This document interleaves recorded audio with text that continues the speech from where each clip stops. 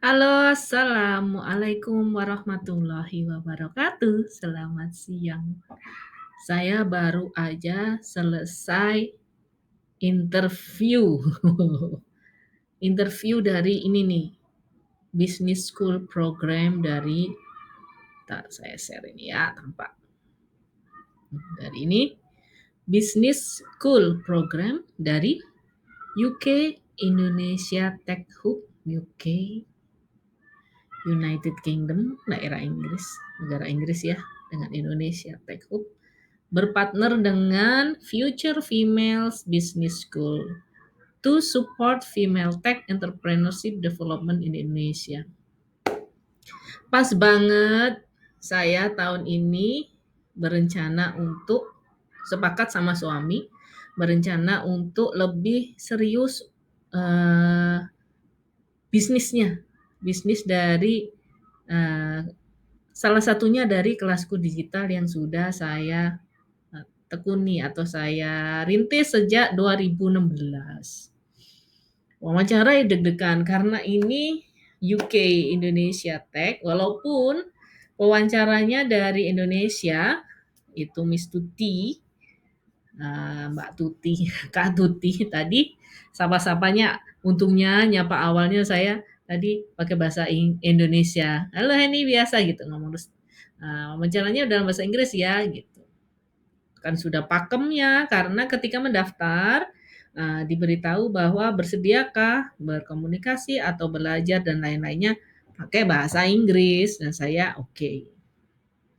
Sebenarnya in English itu kalau saya membaca atau mendengar atau melihat itu cukup lumayan walaupun nggak fluent banget.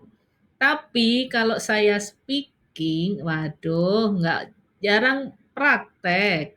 Jadi tadi ya banyak yang kayak lupa ini bahasa Inggrisnya apa ya. Nggak sempat nggak sempat ke Google Translate. Tapi pada intinya tadi ditanyain aja about yourself, ya namanya business school program. Jadi ya tentang bisnis. Nah, bisnis saya ceritakan. Bisnis saya adalah founder dari kelasku digital.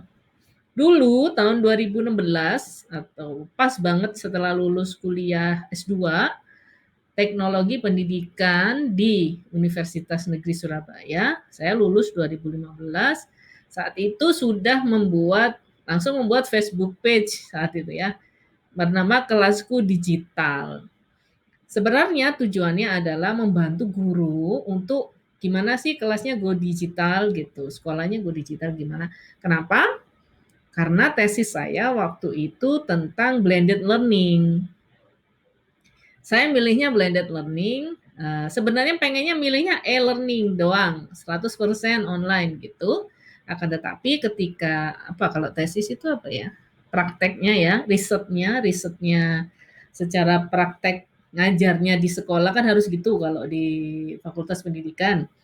Itu nggak bisa 100% online, akses internetnya kurang kurang bagus, gadget yang dipunyai para muridnya juga belum lengkap, dan sekolahnya sekolah berbasis Islam yang banyak aturannya, yang nggak boleh 100% online gitu, banyak dilarangnya gitu loh. Jadi solusi yang paling bagus adalah blended. Blended learning yaitu gabungan antara online learning dan offline learning atau luring. Online learning daring. Dari situ saya sebenarnya tahu kalau jadi selama kuliah itu saya benar-benar suka nguprok yang namanya digital learning dan e-learning. Nah, banyak LMS yang saya coba-coba, learning management system LMS, mulai Edmodo, Course Networking, Schoology, ada Second Life, coba Second Life apapun lah, termasuk Google Suite for Education, blog dan lain-lain itu juga. Nah, banyak guru yang nggak tahu mau pakai yang mana. Kadang harus tiba-tiba harus pakai Edmodo gitu, padahal pakai Google Drive aja belum terbiasa. Nanti jadi bingung, kagok gitu ya. Nah, pengen saya saat itu kelasku digital itu menemani guru how to start your online class with your budget and your gadget. Tujuannya gitu. Tapi ternyata Berjalannya waktu, saat itu tidak mudah menembus dunia pendidikan kalau saya adalah orang non formal. Sementara ya target saya adalah guru-guru formal. Sulit. Saya sulit karena saya nggak punya networking dan juga apa ya portfolio, nggak punya portfolio yang bagus. Sementara untuk mempraktekkan semua ilmu saya harus punya murid. Nah, gimana tuh? Ya, sambil berjalannya itu, tiba-tiba tahun 2016 ada Coding Mom Surabaya. Akhirnya saya belajar coding. Tujuannya, selain kepo gimana sih bikin website itu, saya juga pengen cari solusi untuk anak saya yang sulung saat itu, yang suka banget main game, suka banget sama laptop dan komputer gitu. Ini anak diapain gitu ya. Supaya saya ada bisa teman-teman untuk bertanya, saya ikut coding. Nah, tahun 2016 sampai seterusnya itu saya terus-menerus belajar coding, mulai bikin website, ikut bikin Android app, sampai iOS apps di Apple UC, Apple Developer Academy, sampai akhirnya saya merasakan sulitnya memahami coding. Karena saat itu saya umurnya, kalau di coding mah umur saya 36-an kalau nggak salah ya. Ketika belajar Swift Programming umur saya 40 tahun. Nggak ngerti. Gimana kalau akhirnya saya dapat insight, gimana nih kalau anak-anak ini kalau kalau belajar coding itu mulai dari anak-anak, pasti mereka akan terbiasa gitu. Nggak kaget, nggak kagok, nggak ngeri. Akhirnya saya pivot atau menata ulang kelasku digital menjadi kelas coding untuk anak dan guru. Selain coding juga skill digital kreatif. Pokoknya digital deh, digital banget. Dan alhamdulillah responnya bagus. Awalnya bikin kelas luring, ke kelas tatap muka offline gitu. Kemudian pandemi, pandemi semua rencana saya berantakan. Tapi alhamdulillah akhirnya keberantakan itu mengantarkan saya membuat kelas online untuk anak-anak. Dan itu responnya bagus banget. Kelas coding online secara online bisa mencakup semua murid-murid saya itu dari Sabang sampai Merauke, bahkan dari luar negeri. Tapi anaknya anak Indonesia juga, karena saya presentnya pakai bahasa Indonesia gitu. Dan sekarang ketika Pak Menteri Nadiem mengatakan coding adalah bagus dan masuk dari Ecomster kebijakan, termasuk salah satu kebijakan ngajarin coding nih diincer nih, akan diajarin dari anak-anak kecil. Oh, saya senang banget.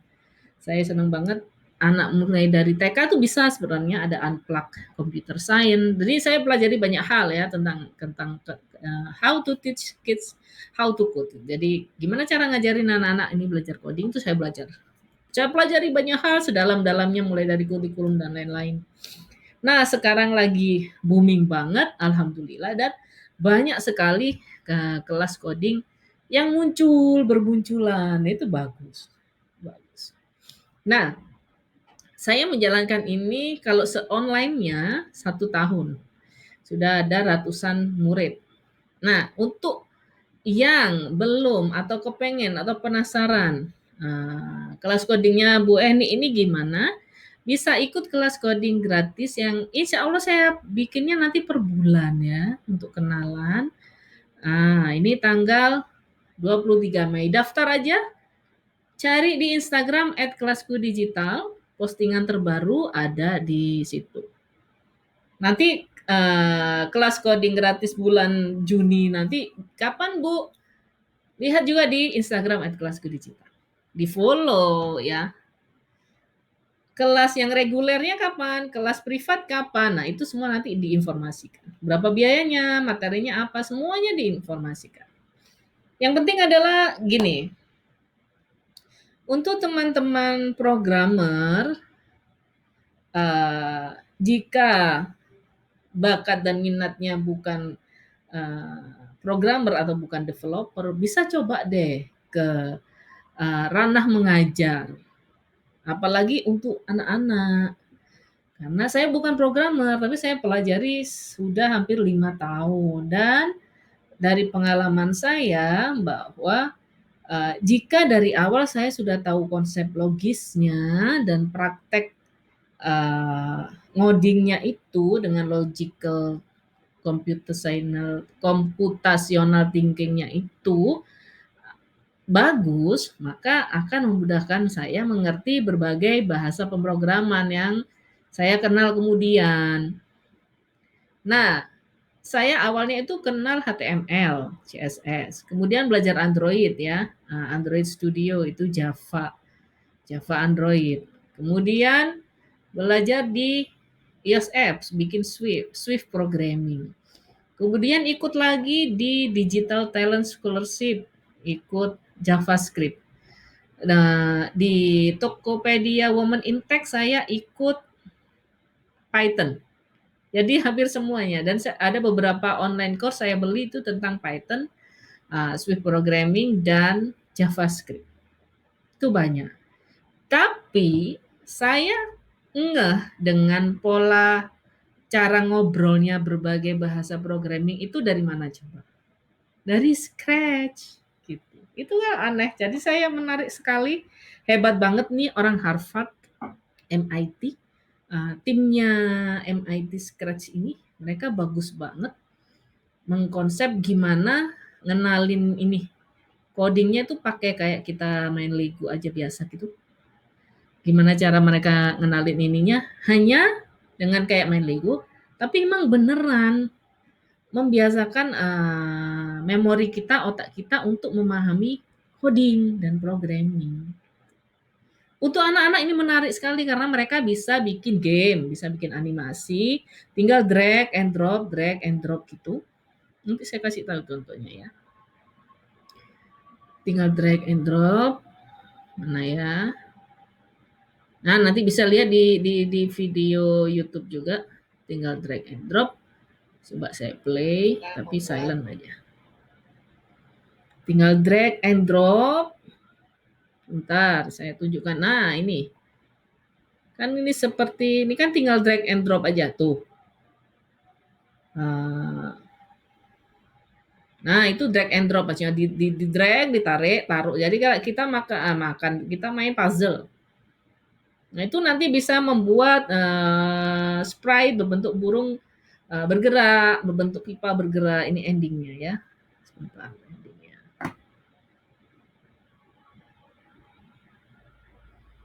Nah, endingnya seperti itu. Kita membuat ada gambar burung kakak tua, ada pipa. Pipanya bisa bergerak begini-begini, itu ada codingnya. Burungnya bisa berkepak-kepak, itu ada codingnya. Ketika burungnya menabrak pipa, kemudian berteriak mati, skornya berkurang, itu juga ada codingnya. Semua ada codingnya.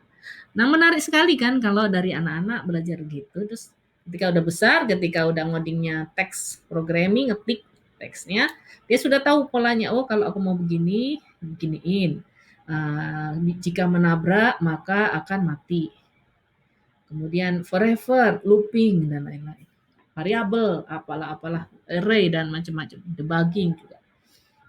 Itulah menariknya. Kenapa saya ini sarjana kimia. Kemudian belajar teknologi pendidikan, jadi nggak linear.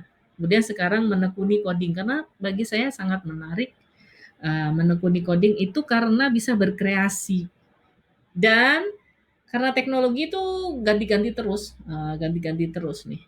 Itu menarik banget. Itulah yang membuat saya nggak berhenti sejak 2016 ngobrol-ngobrol coding. Tapi saya tahu diri juga belajar bahasa pemrograman itu banyak sekali dan pasti bisa menarik. Tapi it takes time, it takes a lot of time. Butuh waktu yang sangat banyak. Jadi saya memilih untuk ke basic dan scratch dan anak-anak ke visual programming. Nanti anak-anak juga saya belajar, saya ajari cara bikin website atau Python dan lain. Tapi versi anak-anak. Dan saya ingin sekali bisa menguprek lagi tentang unplug computer science. Jadi gimana ada mainan, ada buku, ada worksheet. Jadi anak-anak nggak hanya harus madep laptop aja, tapi unplug computer science juga. Itu pasti menarik sekali. Dan semua itu saya kemas dengan nama Ayo Bermain Coding seperti yang ada di kaos saya. Nggak kelihatan kaosnya ya. Nah, itulah menariknya ayo bermain coding atau belajar coding dengan cara bermain untuk anak-anak, untuk siapa saja sebenarnya, tapi konotasinya biasanya untuk anak-anak. Tapi sebenarnya orang dewasa juga menarik kan kalau suka bermain. Nah, itulah yang mendasari jawaban saya ketika interview tadi. Gitu. Jadi, bentar saya stop dulu ya. Jadi kembali lagi, saya tadi interview, pengumumannya tanggal 7 Juni, acaranya 17 Juni, dan sekitar 3 bulan, berarti Juni, Juli, Agustus, September. Pas banget, jadi kemarin ketika puasa kelas digital itu libur, kemudian saya berencana itu aktif lagi Juni, kemudian tahun ajaran baru itu Juli, baru nanti kerjasama dengan beberapa PKBM untuk jadi program IT mereka. Dan itu sesuai banget dan saya pengen ngeran bisnis ini beneran bisa jalan dan bisa merekrut mentor, merekrut programmer, merekrut developer untuk membantu anak-anak memahami coding sejak dini. Untuk mengajar konten-konten tentang pelajaran, apps, game, dan lain-lain. Edu game gitu. Semoga lolos. Semoga lolos wawancara saya tadi. Dan cerita saya ini tadi semoga bermanfaat. Ya, aku nggak pede Mbak ini nggak pinter bahasa Inggris, nggak apa-apa sama, saya juga nggak terlalu pinter bahasa Inggris. Akan tetapi kalau bisa, apapun yang sudah dirintis dari sekarang, ditekuni, disimpan dokumentasinya, ditaruh di blog, di LinkedIn, dan macam-macam. Jadi ketika mendaftar, kita punya banyak bukti bahwa pekerjaan kita, program kita itu sedang berjalan. Hasilnya begini, begini, begini. Nggak harus sempurna, perfect, luar biasa, bombastis, viral, dan lain sebagainya. Tapi ada progres. Kalaupun ada kendala, kita tahu, oh masalah saya begini, saya sudah riset, dan lain sebagainya. Oke, semoga saya lolos. Dan apapun yang terjadi, tetap rencana saya untuk scale up kelasku digital dan ayo bermain coding semakin meningkat. Semoga